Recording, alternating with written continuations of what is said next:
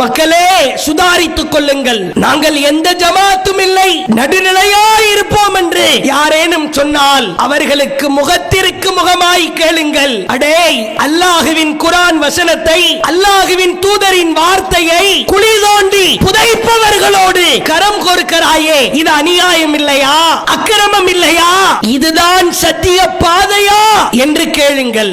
சத்திய பாதையிலே பயணிக்கிற பொழுது நாம் நிம்மதியாய் இருக்க முடியாது, மகிழ்ச்சியாய் இருக்க முடியாது, சந்தோஷமாய் வாழ முடியாது. தாக்குதல்கள் நடத்தப்படும். கல்யாணம் அப்படின்னா டார்ச்சர், கல்யாணம் இல்ல ஜனாசா, அதுலயும் டார்ச்சர். அடக்கம் செய்ய விட மாட்டார்கள், கடுமையாக எதிர்ப்பார்கள். இன்னமும் அந்த கேவலமான வியாதி ஜனாசாவை வைத்து பிரச்சனை செய்கிற நிகழ்வுகள் நடந்தேறுவதை பார்க்கிறோம். தௌஹீத்வாதிகளே, சத்திய பாதையிலே பயணிப்போரே, பொறுத்துக் கொள்ளுங்கள், சகித்துக் கொள்ளுங்கள். உங்கள் சத்திய பாதையிலே உறுதியாயிருங்கள். இன்ஷா அல்லாஹ் இதுவரைக்கும் ஏகத்துவ முழக்கம் முழங்கியதை விட சத்திய பாதை இன்னும் வீரியமாய், ஒரு முஸ்லிம் வீடு கூட விடுபடாமல், ஒரு முஸ்லிம் சகோதர சகோதரி கூட விடுபடாமல் அத்துணை நபர்களிடத்திலும் அல்லாஹ்வின் பாதையாய் இருக்கிற இந்த சத்திய பாதையை வெறித்தனமாய் கொண்டு போய் சேர்க்க கடமைப்பட்டிருக்கிறோம். சத்திய பாதையிலே அமைப்பாய் ஜமாத்தாய் இயங்குகிற நாம் இந்த சத்திய பாதையிலே வாழ்ந்து ஜனாசா அடக்கம் இல்ல, கபிரிஸ்தான் தரமாட்டோம். உங்க வீட்லயும் பாட்டி இருக்கிறாங்க, தாத்தா இருக்கிறாங்க. பம்மாத்து மிரட்டல்கள் விட்டால் அந்த மிரட்டல்களை எல்லாம் குழி தோண்டி புதைத்து விட்டு சத்திய பாதையிலே வாழ்வோம், சத்திய பாதையிலேயே மரணிப்போம். அஸ்ஸலாமு அலைக்கும் வரஹ்மத்துல்லாஹி வபரகாத்துஹு. கண்ணியத்திற்குரிய எல்லாம் வல்ல ஏக இறைவனின் அடியார்கள்ல, தமிழ்நாடு தௌஹீத் ஜமாத் தஞ்சை பண்டாரவேடை கிளை சார்பாக இஸ்லாமிய மார்க்கத்தை அதன் பரிசுத்தமான வடிவத்தில் மக்களுக்கு மத்தியில் எடுத்துரைக்க வேண்டும் என்கிற உயரிய நோக்கத்தில் இந்த பிரச்சார நிகழ்ச்சி ஏற்பாடு செய்யப்பட்டிருக்கிறது. இந்த நல்ல தருணத்தில் சத்தியத்தை பின்பற்றுபவர்கள் யார் என்கிற தலைப்பு தேர்வு செய்யப்பட்டிருக்கிறது. உலகத்தில் ஏராளமான கொள்கைகள், கோட்பாடுகள், சித்தாந்தங்கள் இருந்தாலும் இறைவனால் அங்கீகரிக்கப்பட்ட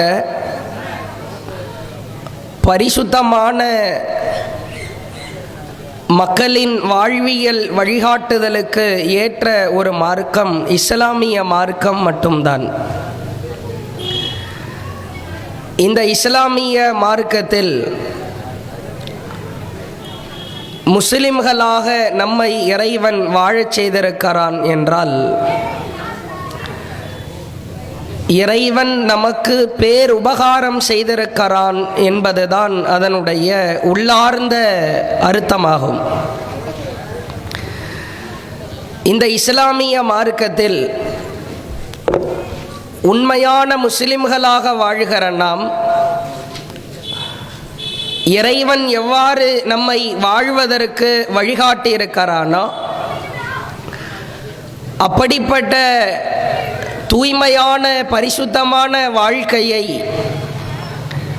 நம்முடைய வாழ்க்கையில் மிளிரும் போதுதான் இறைவனின் நேசத்தை பெற்றவர்களாக நாம் மாற முடியும். நபி தோழர்களை பின்பற்றுகிறோம் என்கிற கொள்கையில் உள்ளவர்கள் சத்தியத்தில் பயணிக்கிறார்களா, அல்லது இஸ்லாமிய பெயரை வைத்துக்கொண்டு அரசியலில் களம் காண்கிற எம்எல்ஏ எம்பி சீட்டுகளுக்கு ஆளாய் பறக்கிற அவர்கள் சத்தியத்தில் பயணிக்கிறார்களா, அல்லது நாங்கள் எந்த அமைப்பையும் சாராதவர்கள் நடுநிலைவாதிகள் என்று ஒரு கூட்டம் சொல்லிக் கொள்வார்கள். இந்த நடுநிலைவாதிகளும் ஒரு பெருங்கொண்ட கூட்டத்தை சேர்த்து தலைவர், செயலாளர், பொருளாளர் என்று தங்களுக்கு மத்தியிலே நிர்வாகத்தை பகிர்ந்து கொள்வார்கள். நாங்க ஒரு கூட்டம் எல்லாம் கிடையாது அப்படின்னு சொல்லிட்டே ஒரு கூட்டமா இருப்பாங்க. நாங்க ஜமாத் எல்லாம் கிடையாது, நடுநிலை கண்ணோட்டத்தோடு வாழ்பவர்கள் என்று சொல்லிக்கொண்டு அவங்களுக்கு ஒரு பேர் ஒன்று இருக்கும். என்னடா ஜமாத்தே கிடையாதுன்னு சொன்னீங்களே, ஒரு கூட்டமே இல்லைன்னு சொன்னீங்களே, கூட்டமா நிக்கிறீங்களே அப்படின்னு கேட்டா அவர்களும் ஒரு சாரார் இருக்கிறார்கள். இவர்கள் சத்தியத்தில் பயணிக்கிறார்களா? இது போன்ற கேள்வி கணைகள் நடுநிலையான பாமர மக்களிடம் வருவது இயல்புதான், வர வேண்டும். இப்பொழுது சத்தியத்தில் பயணிப்பவர்கள் யார்? தௌஹீது ஜமாத்து நிகழ்ச்சி தான் நடக்கிறது, மேடை போட்டிருக்கிறோம், உரை நிகழ்த்தி கொண்டிருக்கிறோம், நாங்கள் தான் சத்தியத்திலே பயணிக்கிறோம் என்று ஷாட்டு காலரை தூக்கிட்டு மாறுதட்டி கொண்டு சொல்லிக்கொண்டு செல்வதற்கு ஒன்றும் அல்லாஹ் எந்த பத்திரத்தையும் எழுதி கொடுக்கவில்லை. சத்தியத்தில் பயணிப்பவர்கள் யார்? சத்தியம் என்றால் என்ன? அது எப்படி இருக்கும்? அந்த பயணமும் பாதையும் அதனுடைய வீரியமும் எவ்வளவு ஆழமாய் இருக்கும் என்பது குறித்து அல்லாஹ் திருக்குரானில் தெளிவாய் பிரகடனப்படுத்துகிறான். இறைவனின் வாசகங்களை வைத்து உரசி பார்த்து அலசி பார்த்து ஆய்வு செய்து உண்மையில் சத்தியத்தில் பயணிப்பவர்கள் யார் என்பதை நடுநிலை கண்ணோட்டத்தோடு நாமே முடிவெடுத்துக் கொள்ளலாம். அல்லாஹ் திருக்குரானிலே சொல்லுகிறான், மன் கான யுரீது ஹர்ஸல் ஆகிரா நுரிது லஹு, யார் மறுமையின் விளைச்சலை விரும்புகிறாரோ, ஃபீ ஹர்ஸிஹி, அந்த விளைச்சலில் அவருக்கு நாம் மென்மேலும் அதிகப்படுத்துவோம். அடுத்து அல்லாஹ் சொல்கிறான், ஒமன் கான யுரீது ஹர்ஸத் துன்யா நுதீஹி, யார் இந்த உலக வாழ்க்கையின் விளைச்சலை விரும்புகிறாரோ அவருக்கு அதை நாம் அதிகப்படுத்துவோம். மின்ஹா வமா லஹு ஃபில் ஆகிரா மின் நஸீப், ஆனால் இந்த உலக வாழ்க்கையின் விளைச்சலை விரும்புவோருக்கு மறுமையில் எந்த பங்கும் இல்லை. அல்லாஹ் சொல்லுகிறான், சத்தியத்திலே பயணிக்க வேண்டுமானால் விருப்பு வெறுப்புகளை எல்லாம் களைந்து உலக ஆதாயங்களை எல்லாம் ஓரமாய் வைத்துவிட்டு மறுமைக்காக யார் வாழ்கிறாரோ அவர்தான் உண்மையான சத்திய பாதையை நேசிக்கிறார் என்று அல்லாஹ் பிரகடனப்படுத்துகிறான். வேறொரு வசனத்தில் அல்லாஹ் சொல்லுகிறான், சும்ம ஜஅல்னாக அலா ஷரீஅத்தின் மினல் அம்ரி, நபியே உமக்கு ஒரு வழிமுறையை ஏற்படுத்தி அதிலே உம்மை வாழச் செய்திருக்கிறோம். ஃபத்தபிஹா, அதை மட்டுமே பின்பற்றுவீராக. வலா தத்தபி அஹ்வா அல்லதீன லா யஅலமூன், அறியாதவர்கள், விளங்காதவர்கள், புரியாதவர்கள் மன இச்சையை பின்பற்றுகிறார்களே, அதை நீ பின்பற்றி விடாதே. சத்திய பாதைக்கு அல்லாஹ் டெஃபினிஷன் சொல்லுகிறான், விளக்கம் அளிக்கிறான். உனக்கான பாதை எது, அது எப்படி இருக்கும், அந்த பாதையின் வீரியத்தையும் விவேகத்தையும் அழகிய வழிமுறையையும் நான் உருவாக்கி இருக்கிறேன். அந்த பாதையை மட்டுமே நீ பின்பற்ற வேண்டும். மன இச்சை அடிப்படையில் தன்னுடைய மனம் போன போக்கில் யார் வாழ்கிறாரோ அப்படிப்பட்டவரின் வழியை நீ பின்பற்றி விடாதே என்று அல்லாஹ் ஆழமாய் உபதேசிக்கிறான். வேறொரு வசனத்தில் அல்லாஹ் சொல்லுகிறான், வஹுது இலா தையிபி மினல் கவுல் வஹுது இலா ஸிராத்தில் ஹமீத், முஹம்மதே தூய கொள்கையின் பக்கம் உமக்கு நாம் வழிகாட்டி இருக்கிறோம். வஹுது இலா ஸிராத்தில் ஹமீத், அது எப்படிப்பட்ட கொள்கை தெரியுமா? புகழுக்குரியவனும் மிகைத்தவனுமாகிய அல்லாஹ் உனக்கு பாதையை அமைத்து வழிகாட்டி இருக்கிறான். சத்திய பாதையை உருவாக்கியது அல்லாஹ். அப்படிப்பட்ட ஒரு மகத்தான புகழுக்குரியவனின் பாதையில் உனக்கு வழிகாட்டப்பட்டிருக்கிறது என்று அல்லாஹ் திருக்குரானில் தெளிவாக பிரகடனப்படுத்துகிறான். அதே போன்று அல்லாஹ் நபியை பார்த்து பேசச் சொல்கிறான். குல், நபியே நீங்கள் சொல்லுங்கள். ஆதிஹி சபீலி, இதுவே என்னுடைய நேரான வழி. அதுஉ இலல்லாஹ், நான் அல்லாஹ்வை நோக்கி உங்களை அழைக்கிறேன். அலா பஸீரத்தின் அன வ மனி தபஅனி, நானும் என்னை பின்பற்றுவோரும் தெளிவான ஆதாரத்திலே இருக்கிறோம். அல்லாஹ் பேசச் சொல்கிறான். நீ அழைப்பது அல்லாஹ்வின் பாதையை நோக்கியான அழைப்பு. நீங்களும் உங்களை யாரெல்லாம் பின்பற்றுகிறார்களோ அவர்களும் தெளிவான ஆதாரத்திலே இருக்கிறீர்கள். வசுபஹானல்லாஹ், அல்லாஹ் தூயவன்.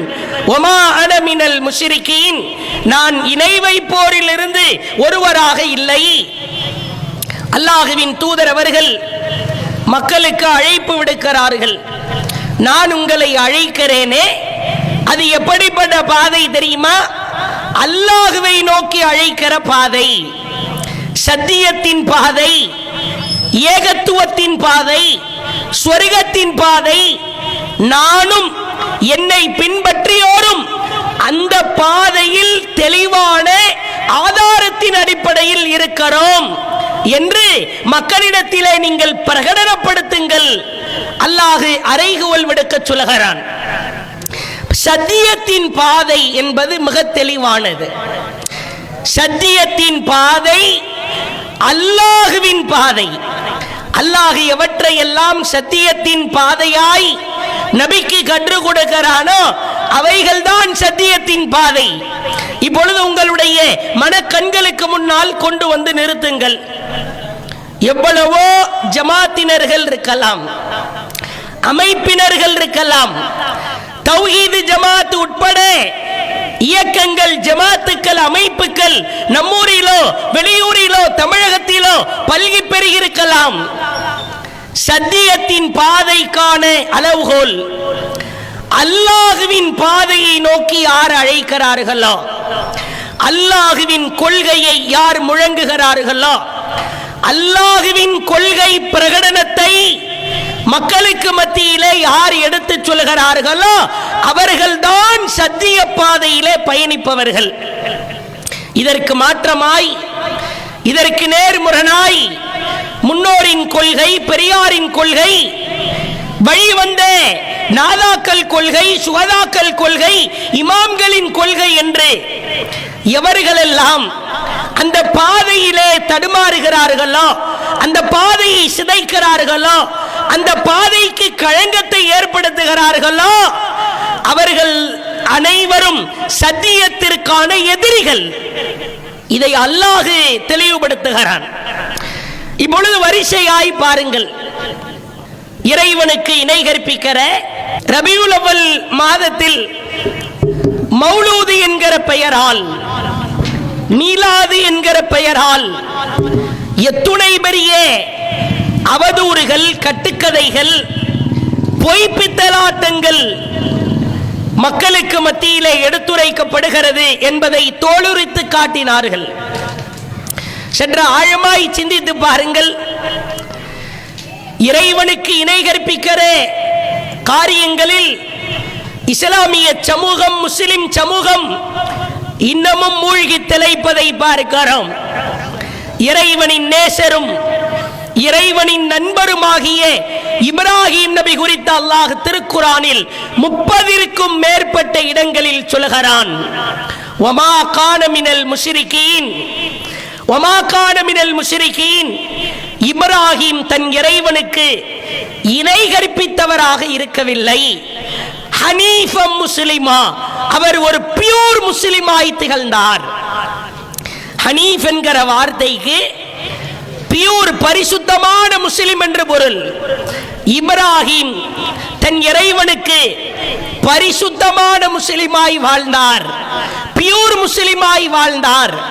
களங்கம் ஏற்படுத்தாத, இறைவனுக்கு மாறு செய்யாத ஒரு அற்புதமான முஸ்லிமாய் வாழ்ந்தார் என்று திருக்குரானில் வழி நெடுகிலும் அல்லாஹ் பாடம் நடத்துகிறான். இஸ்லாமிய சமூக மக்களிடத்தில் இன்றளவும் கூட அவுலியாக்கள் மீது இருக்கிற பக்தி ஊட்டப்படுகிறது.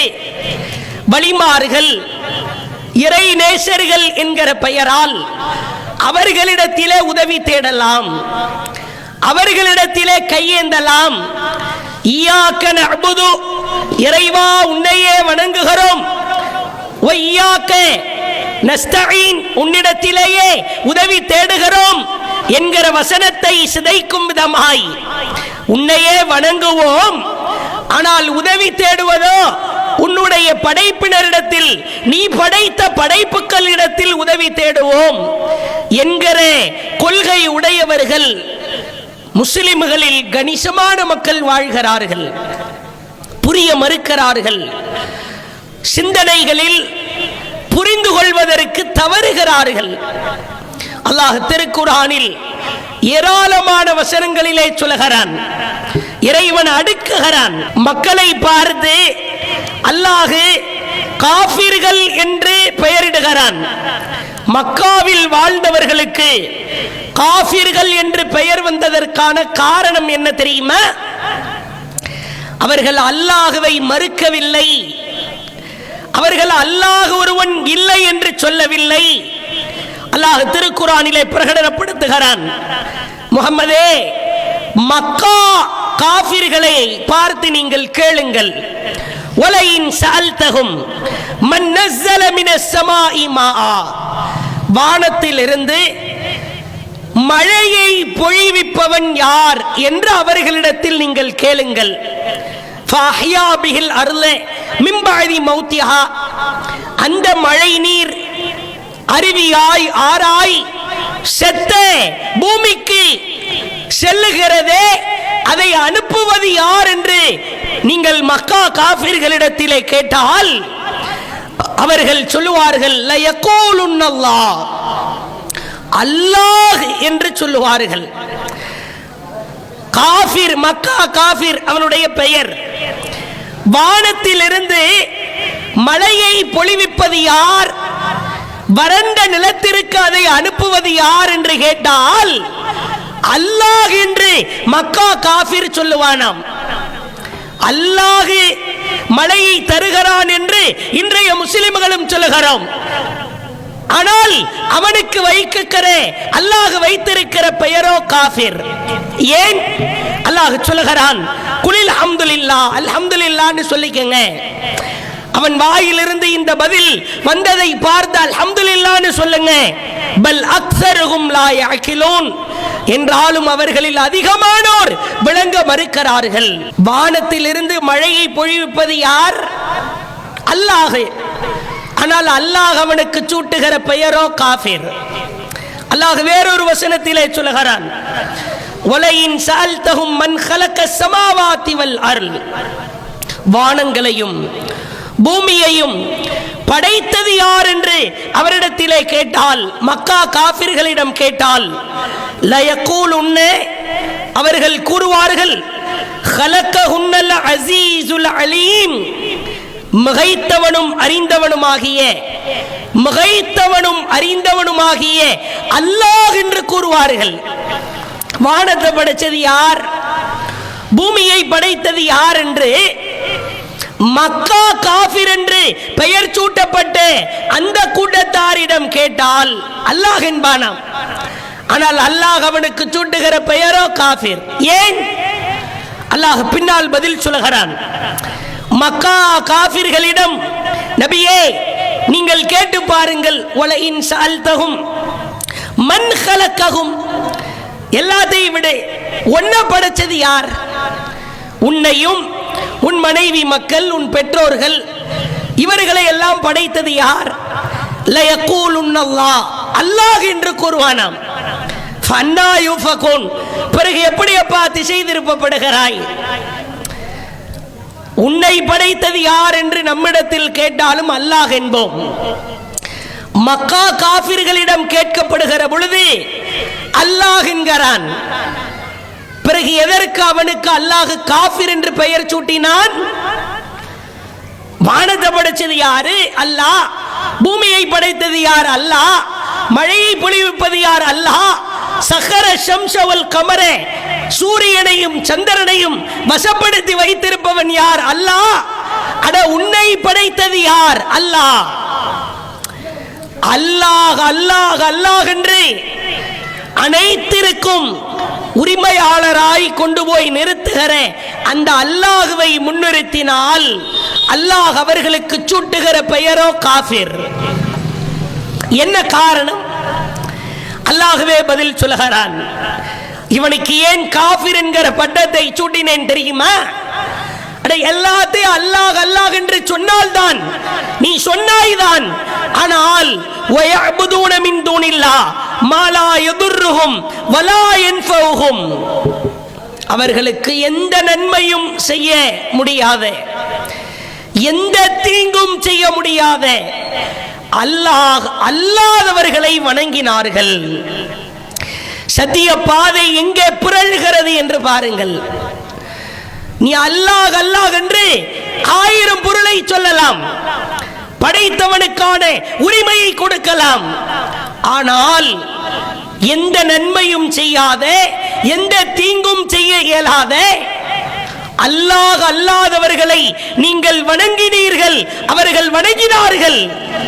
சொல்லிவிட்டு அல்லாஹ் சொல்லுகிறான், ஏண்டா எந்த நன்மையும் செய்யாத, எந்த தீங்கும் செய்யாத அல்லாஹ் அல்லாதவர்களை வணங்குகிறீர்களே ஏன் என்று கேட்டால் அவர்கள் கூறுவார்களாம், வயகூலுன ஹாஉலாஇ ஷுஃபஆஉனா இன்தல்லாஹ், இவர்கள்தான் அல்லாஹ்விடத்தில் எங்களுக்காக சிபாரிசு செய்வார்கள். எப்படிப்பட்ட வார்த்தை என்று பாருங்கள்.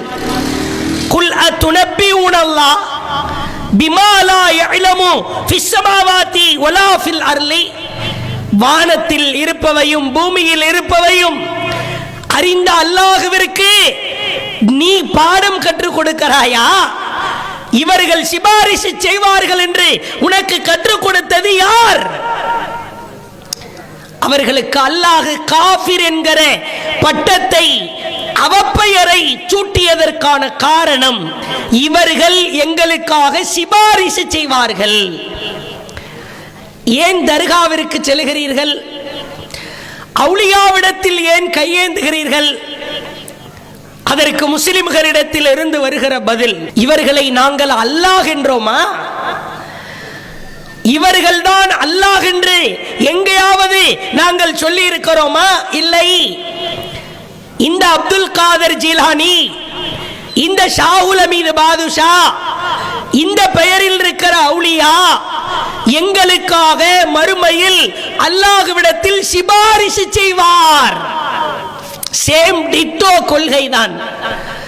மக்கா காஃபிர் எந்த கொள்கையை சொன்னானோ அதே கொள்கையை புரளுகிற முரட்டுத்தரமான மோசமான பாதையிலே பயணித்துக் கொண்டிருக்கிற முஸ்லிம்கள் கடைபிடிப்பதை பார்க்கிறோம். சற்று ஆழமாய் சிந்தித்து பாருங்கள். இவர்கள் எங்களுக்காக இறைவனிடத்திலே சிபாரிசு செய்வார்கள் என்று சொன்னதற்காக அல்லாஹ் அவர்களுக்கு சூட்டிய பெயர் காஃபிர். அவுலியா எங்களுக்கு மறுமையிலே சிபாரிசு செய்வார் என்று முஸ்லிம்களில் யாரேனும் ஒருவர் சொன்னால் அவருக்கு அல்லாஹ் எந்த பெயரை சூட்டுவான் என்பதை ஆழமாய் புரிந்து கொள்ள கடமைப்பட்டிருக்கிறோம். சத்திய பாதை அப்படியே தடுமாறுகிறது. அல்லாஹ் திருக்குரானிலே பேசுகிறான், மா கதருல்லாஹ ஹக்க கதரிஹி, அவர்கள் அல்லாஹ்விற்கு செலுத்த வேண்டிய கண்ணியத்தை முறையாய் செலுத்தவில்லை.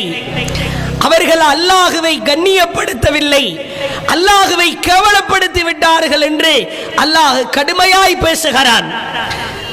நபிகளார் சொன்னார்கள், மனிதர்களிலேயே, மனித படைப்புகளிலேயே மிக மோசமானவர்கள் யார் தெரியுமா?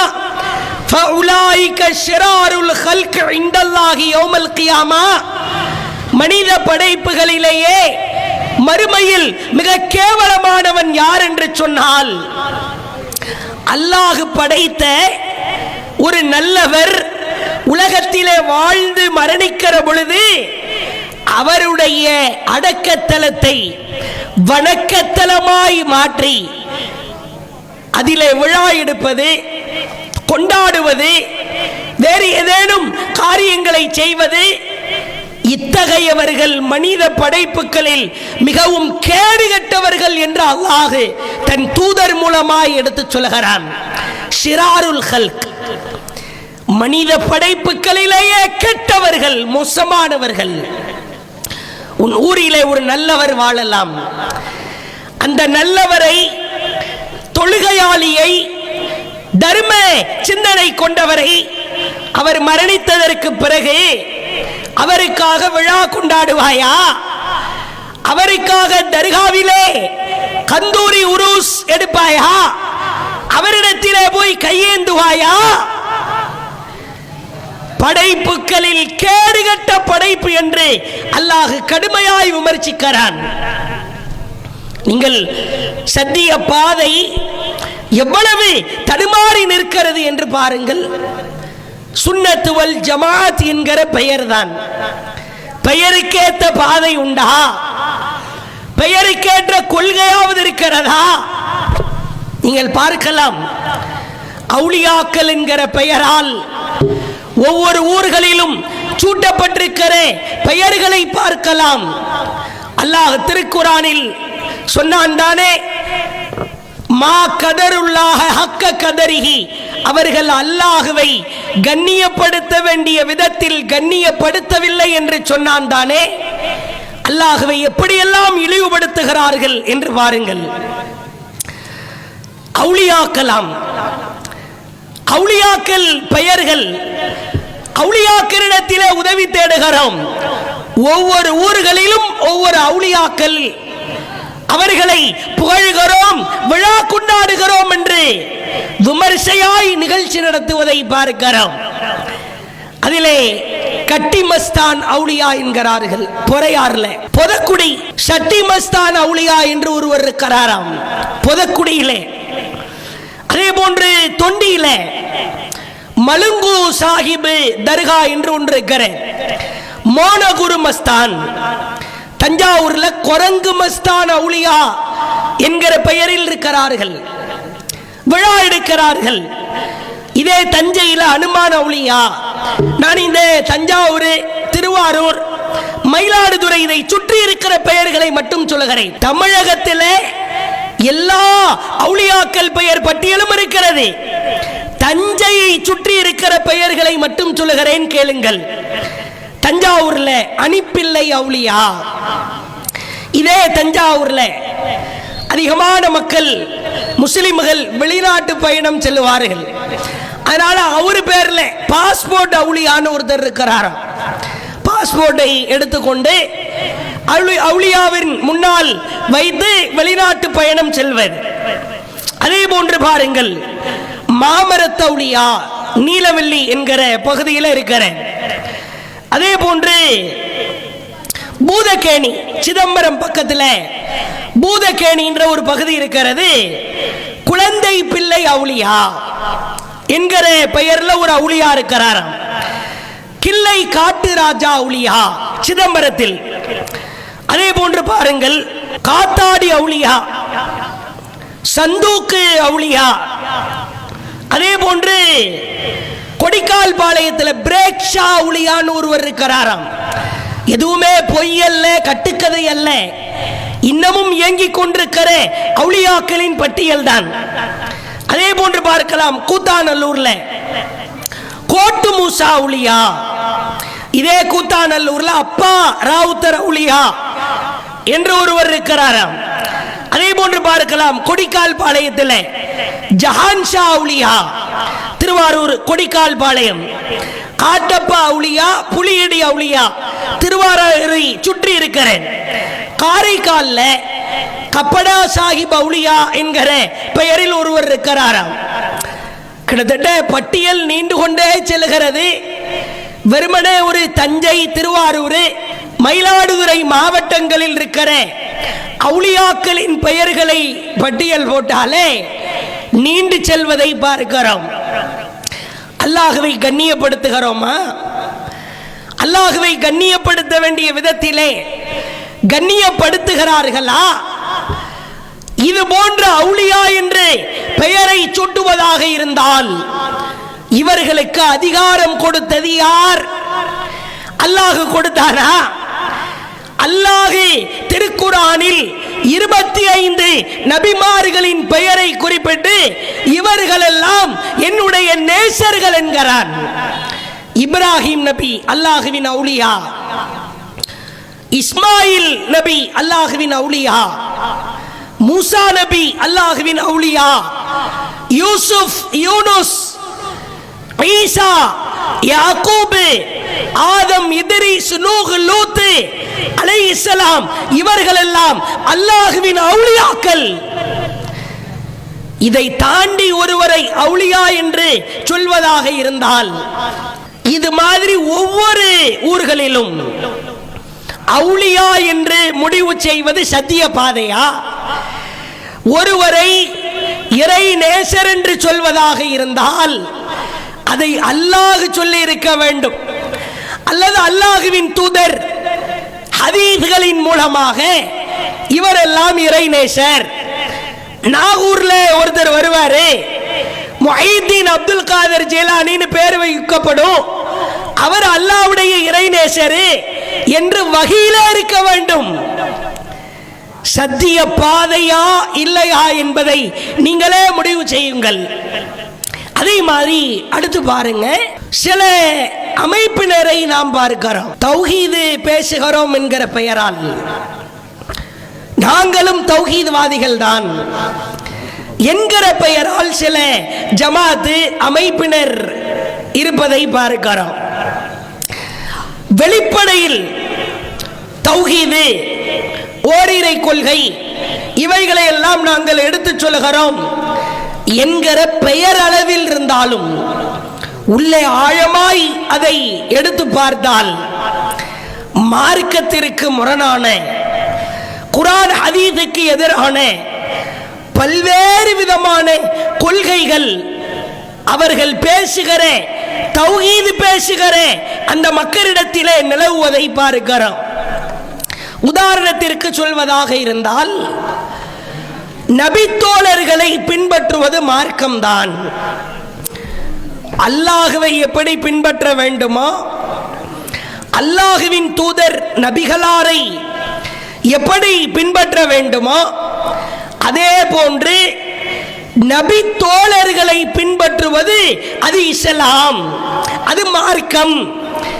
சலஃப் என்கிற பெயரால் இளைஞர்களை மூளைச்சலவை செய்கிற, சில தௌஹீது பேசுகிறோம் என்று சொல்லுகிற சில நபர்கள் திரிவதை பார்க்கிறோம். இது சத்திய பாதையா? சிந்தித்து பாருங்கள். இது சத்திய பாதைக்கான அளவுகோலா? அல்லாஹ் திருக்குர்ஆனில் 100க்கும் மேற்பட்ட இடங்களில் தெளிவாய் பிரகடனப்படுத்துகிறான். ஏராளமான வசனங்கள் அல்லாஹ் பேசுகிறான். சலஃப் என்கிற வார்த்தைக்கு பொருள் என்ன? சலஃப் என்றால் முந்தி சென்றவர்கள் என்று பொருள். சலஃபு சாலிஹீன் என்கிறார்கள். முந்தி சென்ற நல்லவர்களின் கொள்கையை கடைபிடித்து வாழ வேண்டும் என்கிறார்கள். அவர்களுக்கு மத்தியிலேயே ஒரு குழப்பம். முந்தி சென்ற நல்லவர்கள் என்றால் சஹாபாக்களை பின்பற்ற வேண்டும். சஹாபாக்களுக்கு அடுத்த காலகட்டத்தில் வாழ்கிற தாபீன்களை பின்பற்ற வேண்டும். தாபீன்கள் காலத்திலே வாழ்ந்த தபஉ தாபீன்களை பின்பற்ற வேண்டும். இந்த 3 தலைமுறையினரையும் பின்பற்ற வேண்டும் என்று சொல்லி சலஃப் கொள்கையை சார்ந்தவர்கள் மக்களுக்கு மத்தியிலே பிரச்சாரம் செய்கிறார்கள்.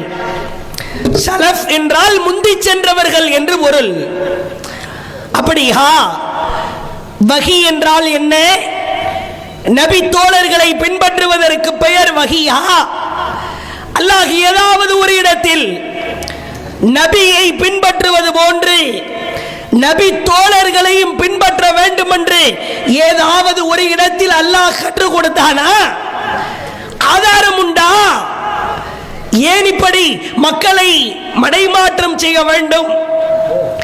சத்திய பாதையிலிருந்து மக்களை வழிகெடுப்பதற்கான வேலை இது.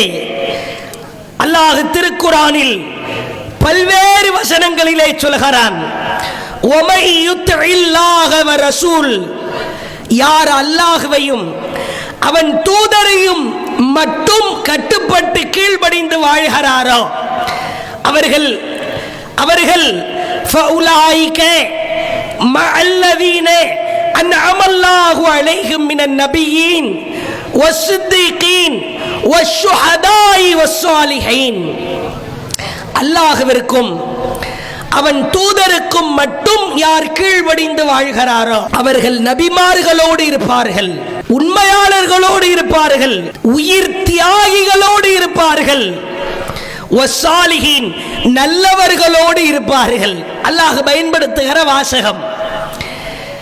அல்லாஹ்விற்கு கீழ்ப்படிந்து வாழ், அல்லாஹ்வின் தூதருக்கு கட்டுப்பட்டு வாழ வேண்டும். இப்படி நீ வாழ்ந்தால் உனக்கான இடம் எது தெரியுமா? நபிமார்களோடு, உயிர் தியாகிகளோடு, உண்மையாளர்களோடு, நல்லவர்களோடு இருக்கிற பாக்கியத்தை அல்லாஹ் தருவான்.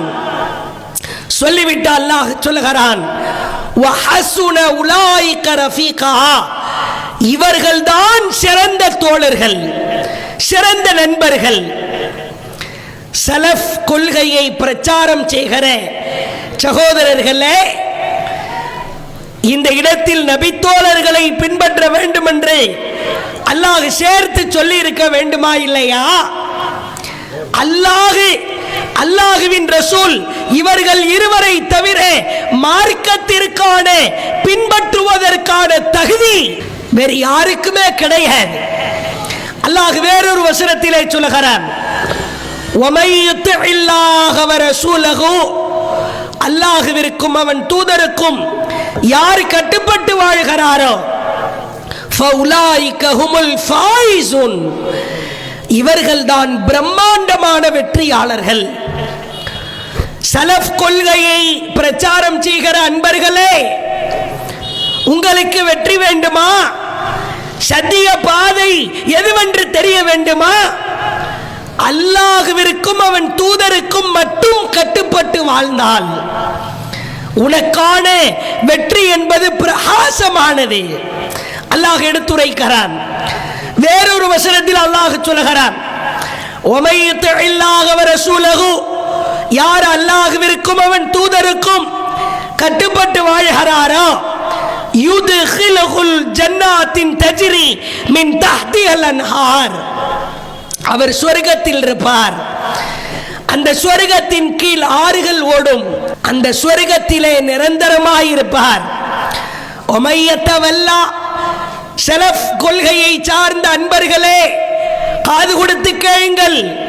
அல்லாஹ்விற்கும் அவன் தூதருக்கும் மாற்றமாய் வேறு ஒரு வழியை யார் தேர்வு செய்கிறாரோ, ஒமையத்தவல்லா, யார் புறக்கணிக்கிறாரோ, யுஅذிபஹு அதாபன் அலீமா, அல்லாஹ் துன்புறுத்துகிற கடுமையான வேதனையால் அவரை தண்டிப்பதாய் திருக்குரானில் பயங்கரமான எச்சரிக்கை விடுக்கிறான்.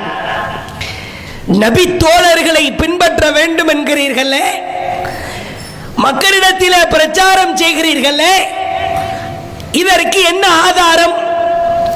நபி தோழர்களை பின்பற்ற வேண்டும் என்று அல்லாஹ் தன் தூதர் மூலமாக எடுத்து சொன்னானா? ஏன் இப்படிப்பட்ட சத்திய பாதையை பிறழச் செய்கிற வகையில், தடுமாறச் செய்கிற வகையில் வளர்கிற இளைஞர்களை மூளைச்சலவை செய்வதற்கான நோக்கம் என்ன? இப்படி சொல்லுகிற பொழுது நம்மை பார்த்து விமர்சிப்பார்கள்.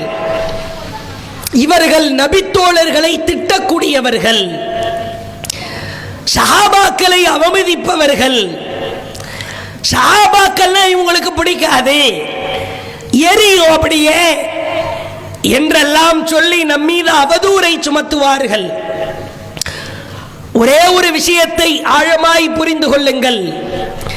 நபி தோழர்கள், சஹாபாக்கள் அல்லாஹ்வின் பார்வையிலே மிகச்சிறந்தவர்கள். அவர்களின் கால் தூசி அளவிற்கு கூட நம்மால் வர இயலாது. எவன் நபி தோழர்களை திட்டுகிறானோ, எவன் சஹாபாக்களை விமர்சிக்கிறானோ அவன் கேடுகட்டவன், பாவி, அவன் செல்லுமிடம் நரகமாகத்தான் இருக்கும். இதிலே எல் முனையளவு சந்தேகம் இல்லை. நபி தோழர்கள் சிறந்தவர்கள் என்பதற்காக, நபி தோழர்கள் பாக்கியம் பொருந்தியவர்கள் என்பதற்காக அவர்களை பின்பற்ற வேண்டுமா? கேள்வி அதுதான். அவர்கள் சிறந்தவர்கள், அமல்களிலே சிறந்தவர்கள், தான தர்மத்திலே சிறந்தவர்கள், உயிரை கொடுத்ததிலே சிறந்தவர்கள், குடும்பம் குடும்பமாய் தியாகம் செய்தார்கள், அதுவெல்லாம் சரிதான். அவர்கள் சிறந்தவர்கள் என்பதற்காக அவர்களை பின்பற்ற வேண்டும் என்று குர்ஆனிலோ ஹதீஸிலோ ஒரே ஒரு ஆதாரம் இருக்கிறதா? இளைஞர்களே, வாலிபர்களே, சலஃப் கொள்கையை சார்ந்தவர்கள் நபித்தோழர்களை பின்பற்ற வேண்டும் என்று கொள்கையை மக்களுக்கு மத்தியிலே பிரகடனப்படுத்துபவர்கள் உங்களிடத்திலே வந்தால் ஒரே ஒரு கேள்வியை கேளுங்கள். நபி தோழர்களை பின்பற்ற வேண்டும் என்று குர்ஆனில் இருந்து ஒரே ஒரு ஆதாரத்தை காட்டுங்கள். அல்லது அல்லாஹ்வின் தூதர் மார்க்க விஷயத்தில், வஹி விஷயத்தில் என்னை எப்படி பின்பற்றுகிறீர்களோ அதற்கு சற்றும் குறைவில்லாத வகையில் நபி தோழர்களை நீங்கள் பின்பற்றி ஆக வேண்டும் என்று அல்லாஹ்வின் தூதர் சொன்ன ஒரே ஒரு செய்தியை காட்டுங்கள் என்று கேளுங்கள். சவாலாய் சொல்கிறோம், பிரகடனப்படுத்துகிறோம். நபி தோழர்களை மார்க்க விஷயத்திலே அல்லாஹ்வுடைய ரசூல் அவர்களை எப்படி பின்பற்றுகிறோமோ அதே போன்று மார்க்க விஷயத்தில் நபி தோழர்களை பின்பற்ற வேண்டும் என்று சொல்வது பகிரங்கமான வழிகேடு. சத்திய பாதையை படுகுழிக்குள் தள்ளுகிற அந்த அற்புதமான பாதைக்கு களங்கம் ஏற்படுத்துகிற வழிகேடு. இதை ஆழமாய் புரிந்து கொள்ளுங்கள். நபி தோழர்களை பின்பற்ற வேண்டும் என்கிறார்கள். குர்ஆன், ஹதீஸ் இதை தாண்டி நபி தோழர்களின் கூற்று மார்க்கம் தான் என்கிறார்கள். சஹீஹ் புகாரியில, சஹீஹ் முஸ்லிமிலே பதிவு செய்யப்பட்ட ஒரு செய்தி, ஒரே ஒரு சாம்பிள். இப்னு மஸ்ஊத் என்கிற ஒரு மிகப்பெரும் சஹாபி, கல்வி கடல். இப்னு மஸ்ஊத் ரலியல்லாஹு அவர்களுக்கு நிகராக நாமெல்லாம் வரவே முடியாது. அவர்களின் கால் தூசி அளவிற்கு கூட வர இயல. அப்படிப்பட்ட மிகச்சிறந்த சஹாபி இந்த இப்னு மஸ்ஊத் ரலியல்லாஹு அவர்கள் தொழுகையிலே நிற்கிறார்கள். இவர்களுக்கு அருகிலே இவர்களின் மாணவர்கள் இருவரும் நிற்கிறார்கள். தொழுகையிலே நிற்கிற பொழுது தக்பீர் கட்டுகிறார். சூரா ஃபாத்திஹா, துணை சூரா ஓதப்பட்டு அல்லாஹு அக்பர் என்று ருக்குவுக்கு செல்கிறார். ருக்கு நிலையில் இரண்டு உள்ளங்கைகளையும் மூட்டுக்களை வைத்து பிடிக்க வேண்டும் என்பது ஹதீஸ். சிறு பிள்ளைக்கு கேட்டாலும் தெரியும். பச்சை பையன், சின்னோண்டு பாப்பா பள்ளிவாசலுக்கு வருகிற பொழுதுதான் வீட்டில அத்தா அம்மா தொழுகையை பார்த்து பார்த்து ரெண்டு உள்ளங்கையும் மூட்டுக்களை பிடிச்சுக்குவாங்க. சட்டம் அதுதான், சுன்னா அதுதான். ஆனால் இப்னு மஸ்ஊத் ரலியல்லாஹு அவர்கள் தொழுகையிலே நிற்கிற பொழுது இரண்டு உள்ளங்கைகளையும் இரண்டு கைகளையும் எடுத்து இரண்டு தொடைகளுக்கு உள்ளே சொருகிக் கொள்கிறார். அப்படி பிடிச்சுக்கிறேன். இவங்க பக்கத்தில் வலப்புறமும் இடப்புறமும் ரெண்டு மாணவர்கள் நின்று தொழுகிறாங்க. அந்த ரெண்டு மாணவர்களும் ரசூலுல்லாஹ்வுடைய சுன்னா அடிப்படையில் மூட்டுக்களை பிடிச்சிட்டு நிற்கிறாங்க. இப்ப இப்னு மஸ்ஊத் ரலியல்லாஹு அவர்கள் அந்த வலப்புறமும் இடப்புறமும் நிற்கிற 2 மாணவர்களின் கைகள்ல டப்பு டப்புன்னு அடிக்கிறாங்க ஓங்கி. அப்படின்னா என்ன அர்த்தம்? ஏண்டா கையை எடுத்து மூட்டுல வச்சிருக்கிறீங்க, தொடைக்குள்ளதான வச்சுக்கணும். ஆரம்பத்தில் 2 கைகளும் ருக்குவிலே தொடைக்குள் இருந்ததாக சட்டம் இருந்தது என்று சில இமாம்கள் சொல்றாங்க. சட்டம் இருந்ததோ இல்லையா, அல்லாஹ்வின் தூதர் சல்லு கமார ஐத்துமுனி உசல்லி, என்னை எவ்வாறு தொழ கண்டீர்களோ அவ்வாறே நீங்கள் தொழ வேண்டும் என்றார்கள். 2 கைகளையும் அல்லாஹ்வின் தூதர் ருக்குவிலே நிற்கிற பொழுது மூட்டுக்களை பிடித்தார்களா, தொடைகளுக்குள் வைத்துக் கொண்டார்களா? மூட்டுக்களை பிடித்தார்கள். இப்ப அல்லாஹ்வுடைய தூதர் அவர்களின் பாதை மூட்டுக்களை பிடித்தார்கள் என்று வருகிறது. இப்னு மஸ்ஊத் நபி தோழரின் வழி தொடைகளுக்குள் வைத்துக் கொண்டார் என்று வருகிறது. சலஃப் கொள்கையை பின்பற்றுகிற சகோதரர்களே, மனம் திறந்து கேட்டு பாருங்கள். நபி தோழர்களை மார்க்க விஷயத்தில் பின்பற்ற வேண்டும் என்கிறீர்களே, நீங்கள் நபிகளார் ருக்குவிலே செய்த மூட்டுக்களை பிடிப்பீர்களா, இப்னு மஸ்ஊத் செய்த தொடைகளுக்குள் கைகளை வைத்துக் கொள்வீர்களா?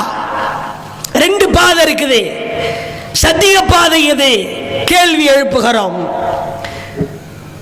நபிகளார் எவ்வாறு தன் கரங்களை மூட்டுக்களை பிடித்தார்களோ அதுதான் சத்திய பாதை.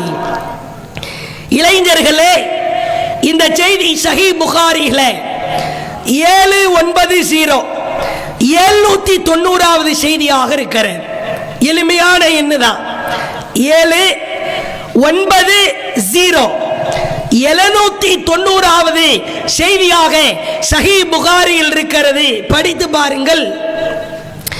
நபி தோழர்களை பின்பற்றுவது மார்க்கம் என்று சொன்னால் இப்னு மஸ்ஊதை பின்பற்ற முடியுமா? இப்னு மஸ்ஊத் என்னை விட, தௌஹீத் ஜமாத்தை விட, உலகத்திலே வாழ்கிற முஸ்லிம்களை விட பன்மடங்கு சிறப்பிற்குரியவர். அதில் மாற்று கருத்து இல்லை. அவர் மகத்தானவர், அல்லாஹ்வின் அருளை பெற்றவர். ஆனால் மார்க்கம் என்று வந்துவிட்டால் நீ யாரை பின்பற்ற வேண்டும்? இப்னு மஸ்ஊதையா, இப்னு உமரையா, அபூபக்கர் அவர்களையா, உமர் ரலியல்லாஹு அவர்களையா? யாரை பின்பற்ற வேண்டும்? மார்க்க விஷயம் என்று வந்துவிட்டால் அல்லாஹ்வின் தூதரை தவிர வேறு யாரையும் நாம் வழிகாட்டியாய், வாழ்வியல் வழிமுறையாய் எடுத்துக்கொள்ள கூடாது என்பதுதான் இஸ்லாத்தினுடைய ஆழமான வகையின் கருத்து.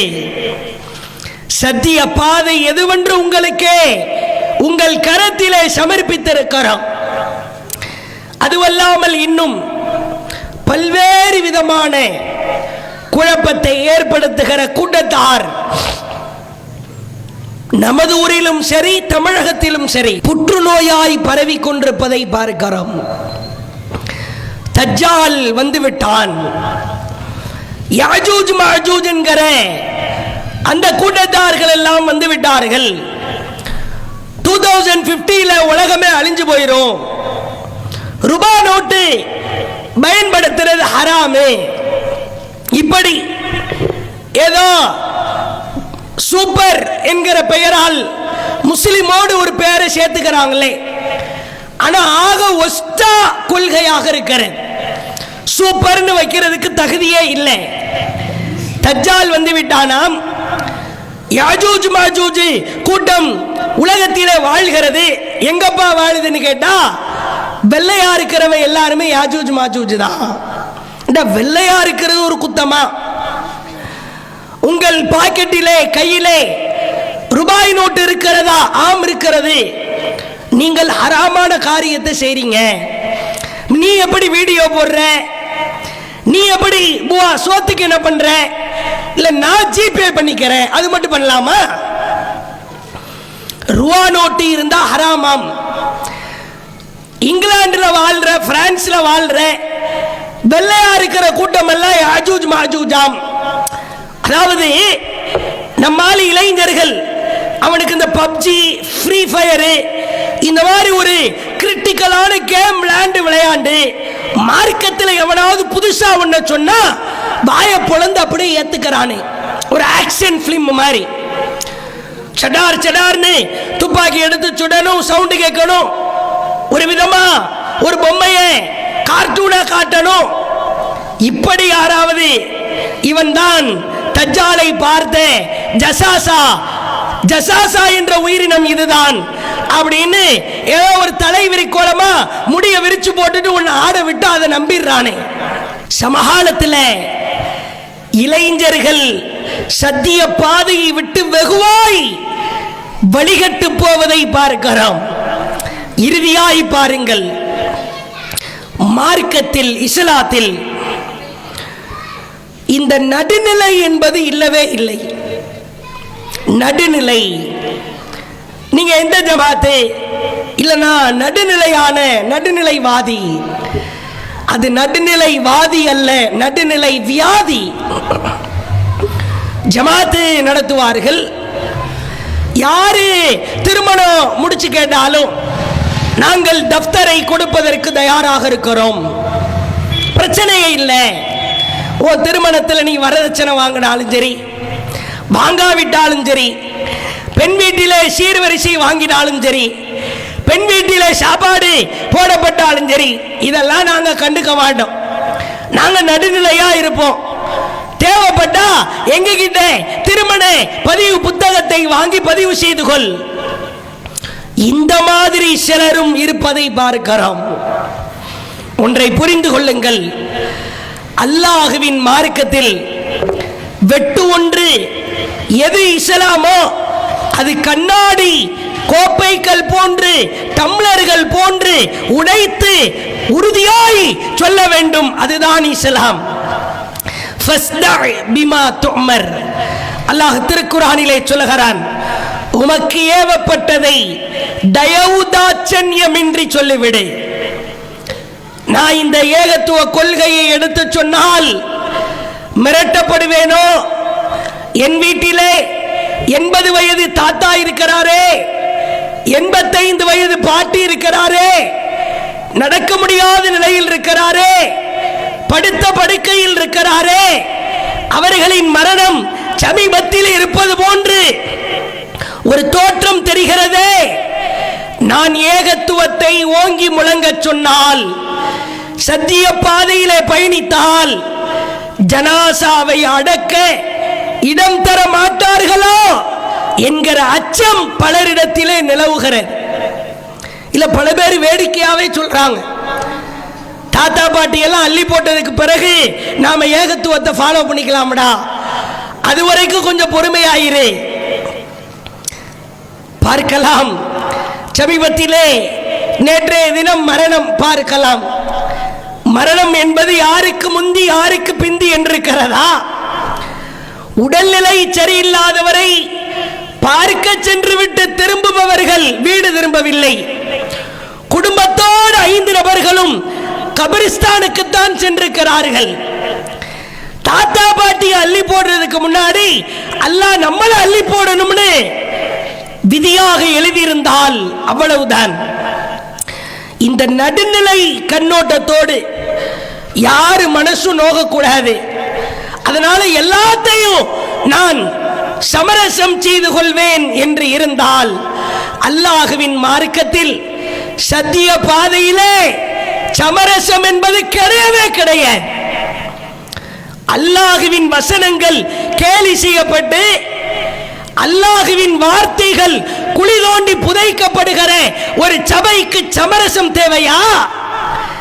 அப்படிப்பட்ட திருமணத்தை நடத்தி வைக்கலாமா? சிந்திக்க மாட்டீர்களா? நான் நடுநிலைவாதி, என் பெயர் தௌஹீது தான். ஆனால் அத்தியவாதியோடு கைகோர்ப்பது, அவர்கள் செய்கிற இணை வைப்பு காரியத்தை தடுக்க மாட்டார்கள், தர்காவை எதிர்த்து பேச மாட்டார்கள், மௌலூதை எதிர்த்து குரல் கொடுக்க மாட்டார்கள், ஏகத்துவத்தை ஓங்கி முழங்க மாட்டார்கள். கேட்டால் தௌஹீதாம். இதற்கு பெயர் தௌஹீதா? அல்லாஹ் திருக்குர்ஆனில் மிகத்தெளிவாய் சொல்கிறான். அற்புதமான வாசகம். நயவஞ்சகர்கள், நடுநிலை வேடதாரிகள், அவர்களிடத்திலே நீங்கள் அல்லாஹுவின் பக்கம் வாருங்கள், அல்லாஹுவின் தூதரின் பக்கம் வாருங்கள் என்று அவர்களிடத்திலே அழைப்பு விடுத்தால் அவர்கள் சொல்லுவார்களாம், நாங்கள் ஒற்றுமையை பேணப் போகிறோம். அல்லாஹ் குர்ஆனிலே சொல்கிறான். சூரா நிசா 4வது அத்தியாயம் 61 62 வசனங்களில் அல்லாஹ் சொல்கிறான், இலாமா அன்ஸலல்லாஹ் வ இலர் ரசூல், நீ அல்லாஹ்வை நோக்கி வா, அல்லாஹ்வின் தூதரை நோக்கி வா என்று அழைத்தால் அவர்கள் சொல்லுவார்கள், இன் அரதுனா, அல்லாஹ் மீது சத்தியமிட்டு சொல்வார்கள், இல்லா இஹ்சான வ தௌஃபீகா, நாங்கள் நல்லதையும் ஒற்றுமையையும் தான் செய்கிறோம். எப்படிப்பட்ட அற்புதமான வாசகம் என்று பாருங்கள். போடுவது இரட்டை வேடம், அல்லாஹ்வை நோக்கி வா, அல்லாஹ்வின் தூதரை நோக்கி வா என்று அழைப்பு விடுத்தால், இல்ல இல்ல நாங்க நல்லதுதான் செய்யறோம், எல்லாத்துக்கும் கல்யாணம் பண்ணி வைக்கிறோம், ஒற்றுமையை இந்த ஊர்ல பாதுகாக்க போறோம். எது ஒற்றுமை? வரதட்சணைக்கு ஒன்றாய் நிற்பதற்கு பெயர் ஒற்றுமையா? வட்டி வாங்குபவனுக்கு துணை நிற்பது ஒற்றுமையா? அப்பட்டமாய் கேவலமாய் பெண் வீட்டிலே சீர்வரிசையை வாங்குவதற்கு பெயர் ஒற்றுமையா? இறைவனுக்கு இணை கற்பிக்கிற மௌலூது ஓதுபவர்களையும் அவுலியாக்கள் என்கிற பெயரால் அல்லாஹ்வின் ஆற்றலை கொடுப்பவர்களையும் அவர்களோடு இணங்கி நிற்பதற்கு பெயர் ஒற்றுமையா? எது ஒற்றுமை? மக்களே, சுதாரித்துக் கொள்ளுங்கள். நாங்கள் எந்த ஜமாத்தும் இல்லை, நடுநிலையாய் இருப்போம் என்று யாரேனும் சொன்னால் அவர்களுக்கு முகத்திற்கு முகமாய் கேளுங்கள். அடே, அல்லாஹுவின் குர்ஆன் வசனத்தை, அல்லாஹுவின் தூதரின் வார்த்தையை குழி தோண்டி புதைப்பவர்களோடு கரம் கோர்க்கிறாயே, இது அநியாயம் இல்லையா? அக்கிரமம் இல்லையா?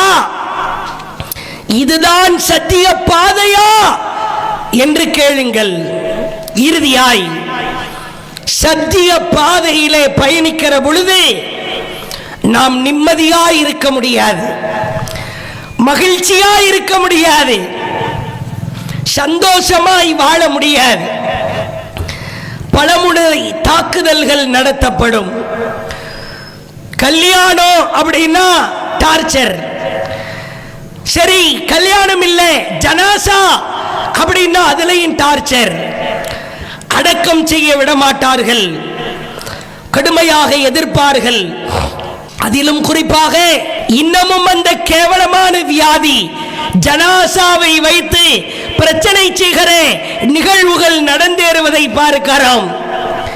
தௌஹீத்வாதிகளே, சத்திய பாதையிலே பயணிப்போரே, காது கொடுத்து கேளுங்கள்.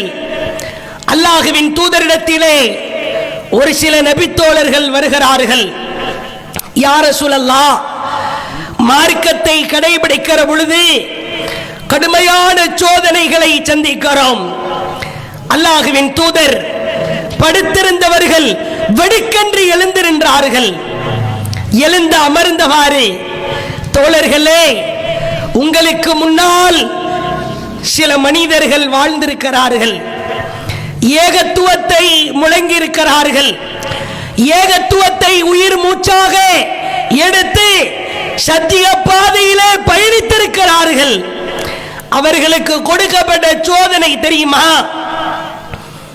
அவர்களின் முகம் அளவிற்கு குழி தோண்டப்பட்டு இரும்பு ரம்பத்தால் தலையிலே வைத்து 2 குறாய் பிளக்கப்படுவார்கள். சுப்ஹானல்லாஹ், சாதாரண வேதனை அல்ல. குழி தோண்டாமல் பூமிக்கு மேலே ஒருத்தனை அறுத்தா கைகால ஆட்டியாவது அந்த வேதனையை எப்படியாவது அனுபவிக்கலாம். முகமளவுக்கு குழி, கையையும் ஆட்ட முடியாது, காலையும் ஆட்ட இயலாது. மேலிருந்து அறுக்கப்படுமாம் இரும்பு ரம்பத்தால். 2 கூறாய் பிளக்கப்படுகிற பொழுதும் அவர்கள் தங்களின் சத்திய விடவில்லை. பிறகு சொன்னார்கள், இரும்பு சீப்புக்கள் கொண்டு வரப்பட்டு அந்த இரும்பு சீப்புக்களால் சதைக்கும் எலும்புகளுக்கும் நடுவிலே தலை சீவுகிற பிளாஸ்டிக் சீப் அல்ல, தங்க சீப் அல்ல, இரும்பு சீப்பு. அந்த இரும்பு சீப்புக்களால் எலும்புகளுக்கும் சதைக்கும் நடுவிலே அப்படியே கோதுவார்கள். ரத்தம் அப்படியே கொட்டும், சதைகள் அப்படியே கிழிக்கப்படும். இந்த நேரத்தில் கூட தங்களின் சத்திய பாதையில் இருந்து அவர்கள் பிறழவில்லை. பிறகு இரும்பாலான சட்டை, ரேமண்ட் பிராண்ட் ஷர்ட் அல்ல, லூயிஸ் பிலிப்பி ஷர்ட் அல்ல, வேன் ஹூசன் ஷர்ட் அல்ல, இரும்பாலான சட்டை அது மேனியிலே அணிவிக்கப்பட்டு பாலைவன மணலிலே கயிறுகளால் கட்டப்பட்டு சுடு மணலிலே சூரிய வெயிலிலே அப்படியே போடப்படுவார்கள். கொதிக்கும், கொந்தளிக்கும், உடலிலே இருக்கிற தோள்கள் எல்லாம் உருக ஆரம்பிக்கும், கடுமையான வேதனை. இந்த நேரத்தில் கூட அவர்களின் சத்திய பாதையிலிருந்து அவர்களை இந்த சோதனைகள் எல்லாம் பெறச் செய்யவில்லை. பொறுத்துக் கொள்ளுங்கள், சகித்துக் கொள்ளுங்கள், உங்கள் சத்திய பாதையிலே உறுதியாயிருங்கள் என்று அல்லாஹ்வின் தூதர் அந்த நபித்தோழர்களுக்கு உபதேசம் சொன்னார்கள் என்கிற செய்தியை பார்க்கிறோம். இன்ஷா அல்லாஹ் இதுவரைக்கும் ஏகத்துவ முழக்கம் முழங்கியதை விட சத்திய பாதை இன்னும் வீரியமாய் ஒரு முஸ்லிம் வீடு கூட விடுபடாமல், ஒரு முஸ்லிம் சகோதர சகோதரி கூட விடுபடாமல் அத்துணை நபர்களிடத்திலும் அல்லாஹ்வின் பாதையாய் இருக்கிற இந்த சத்திய பாதையை வெறித்தனமாய் கொண்டு போய் சேர்க்க கடமைப்பட்டிருக்கிறோம். அப்படிப்பட்ட சத்திய பாதையிலே அமைப்பாய் ஜமாத்தாய் இயங்குகிற நாம் இந்த சத்திய பாதையிலே வாழ்ந்து ஜனாசா அடக்கம் இல்லை, கபிரிஸ்தான் தரமாட்டோம். உங்க வீட்லயும் பாட்டி இருக்கிறாங்க, தாத்தா இருக்கிறாங்க, இப்படி யாராவது பம்மாத்து மிரட்டல்கள் விட்டால் அந்த மிரட்டல்களை எல்லாம் குழி தோண்டி புதைத்து விட்டு உள்ள உறுதியை நாம் ஏற்படுத்த வேண்டும். யார் நடுநிலையாய் சத்தியத்திற்கு மாற்றமான பாதையிலே பயணிக்கிறார்களோ அவர்களை எல்லாம் அடையாளம் காண வேண்டும். இன்ஷா அல்லாஹ் இதுவரைக்கும் கொண்டு போய் சேர்த்த சத்திய பாதையை விட பன்மடங்கு வீரியமாய் சத்திய பாதையை நம் பகுதி முழுக்க கொண்டு போய் சேர்ப்போம் என்கிற வெறித்தன சபதத்தை ஏற்றுக்கொண்டு சத்திய பாதையிலே வாழ்வோம், சத்திய பாதையிலேயே மரணிப்போம் என்கிற ஒரு உள உறுதியை எடுத்துக்கொள்வோமாக என்று கேட்டு ஜஸாக்குமுல்லாஹு கைரா வ ஆகிரு தஅவானா அனில் ஹம்துலில்லாஹி ரப்பில் ஆலமீன். அஸ்ஸலாமு அலைக்கும் வ ரஹ்மத்துல்லாஹி வ பரகாத்துஹு. அல்லாஹு அக்பர், அல்லாஹு அக்பர்.